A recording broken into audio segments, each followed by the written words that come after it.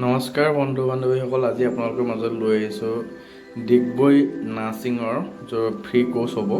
তাৰ বাবে এপ্লাই কেনেকৈ কৰিব সেইটো আপোনালোকৰ মুখৰ আগত মই আজি কেনেকৈ কৰে, কি ধৰণে কৰিব, কি কি ডকুমেণ্টছ লাগিব গোটেইখিনি কাৰণে আপোনাক দেখাম। মোৰ ডিছক্ৰিপশ্যনৰ তলত লিংকটো থাকিব, লিংকটোত আপুনি ক্লিক কৰিব। লিংকটোত ক্লিক কৰাৰ পিছত আপোনালোকৰ পেজটোত আপোনাৰ ফ্ৰণ্টৰ পেজটোত এনেকৈ আহি যাব। যিকোনো ব্ৰাউজাৰতে গৈ পিনি কপি পেষ্ট কৰিব। ইয়াৰ পিছত আহি পিনি প্ৰথম আপোনাৰ নামটো আহিব। নামটো অহাৰ পিছত আপুনি নামটো লিখিব, ফুল নামটো লিখিব। নামটো লিখাৰ পিছত আপোনাৰ ইয়াত আপোনাৰ মোবাইল নম্বৰটো চিলেক্ট কৰিব। মোবাইল নম্বৰটো ভৰাব, যিটো মোবাইল নম্বৰ আপুনি ইউজ কৰি আছে সেই মোবাইল নম্বৰটো ফিল আপ কৰিব। তাৰ OTP যাব। তাৰপিছত আপোনাৰ ইমেইলটো আৰু ইমেইল হোৱাৰ পিছত আমাৰ কেপচাৰটো আপোনাৰ স্মল লেটাৰ আৰু যিটো আপুনি ভালকৈ মানে ফিল আপ কৰিব, ষ্ট্ৰং হ'ব লাগে। তাৰপৰা ইয়াত কেতিয়াবা মাইনাছ আহে আৰু কেতিয়াবা প্লাছ আহে, যিটো মতে আহে আপুনি সেইটো ফিল আপ কৰি ৰেজিষ্টাৰ্ট ক্লিক কৰিব। মই আপোনালোকক দেখাই গৈছোঁ। ৰেজিষ্টাৰ্ট ক্লিক কৰাৰ পিছত আপোনালোকৰ পেজ আকৌ নতুন এটা পেজ খুলিব। নতুন পেজটোত এনেকৈ আহিব, আপোনাৰ কোনটো কাৰণে আপুনি নাৰ্ছিংটো এপ্লাই কৰিব। BSc নাৰ্ছিং, GNM নাৰ্ছিং, সেইটো কাৰণে আপুনি কোনটো কাৰণে এপ্লাই কৰিব। মই এতিয়া GNM নাৰ্ছিঙত কৰিছোঁ। ইয়াত আপোনাৰ সম্পূৰ্ণ নামটো ফিল আপ কৰিব। নাম ফিল আপ কৰাৰ পিছত আপোনাৰ ফাদাৰ নামটো ফিল আপ কৰিব আৰু ফিমেলহে অনলি এপ্লাই কৰিব পাৰিব আৰু মাদাৰ নামটো এণ্টাৰ কৰিব। আপুনি মেৰিড আনমেৰিড সেইটো দিব। তাৰপৰা ৰেগুলেশ্যনটো কি হয় সেইটো দিব। আপুনি OBC নে কি সেইটো দিব আৰু OBC হ'লে আপুনি কি কৰিব আৰু আপুনি লিখি দিব। এইখিনি অট'মেটিকলি ন থাকিব, সেইটো অট'মেটিকলি ন থাকিব আৰু আপোনাৰ বয়সটো অট'মেটিক ইয়াত আহি যাব।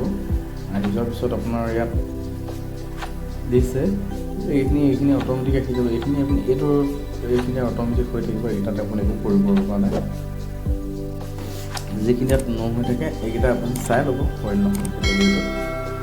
তাৰপিছৰ পৰা ইয়াত আপোনাৰ ফেমিলি ইনকমটো দিব লাগিব। ফেমিলি ইনকম মান্থলি মানে ধৰি লওক বছৰেকৰ ইনকমটো কি, ইনকম চাৰ্টিফিকেটটো আপোনাৰ দৰকাৰ হ'ব, প্ৰয়োজন হ'ব। কাৰণ মানে আপলোড কৰিব প্ৰয়োজন নাই, কিন্তু ইয়াত আপোনালোকৰ দিব লাগিব কিমান কি মান্থলি কিমান। তাৰপিছত ছেভ নেক্সট ক্লিক কৰিব। ছেভ নেক্সট ক্লিক কৰাৰ পিছত নেক্সট পেজটো আহিব।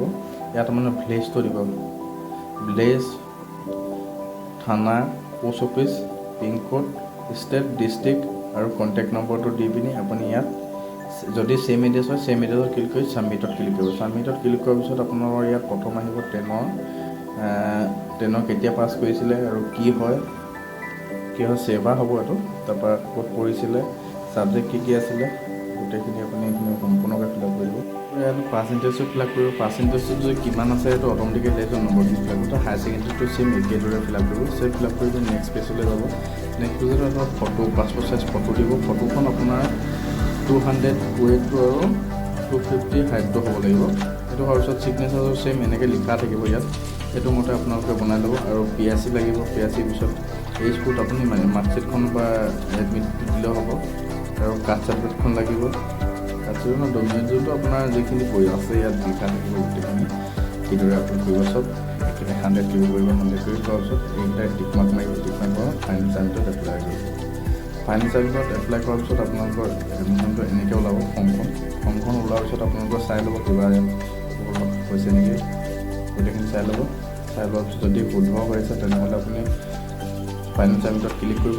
কৰাৰ পিছত আপুনি এইখন প্ৰিণ্ট কৰি ল'ব। প্ৰিণ্ট কৰি পিনি কাষ্টমাৰক দি দিব। নহ'লেও আপুনি নিজে কৰিছে যদি নিজে ৰাখি থ'ব। আৰু ভিডিঅ'টো যদি ভাল লাগিলে লাইক, কমেণ্ট, শ্বেয়াৰ কৰিব। আৰু মোৰ চেনেলটো যদি প্ৰথমবাৰ মোৰ চেনেলত আহিছে তেনেহ'লে চেনেলটো ছাবস্ক্ৰাইব কৰি ভিডিঅ'টো শ্বেয়াৰ কৰিব। থেংক ইউ ফৰ ৱাচিং।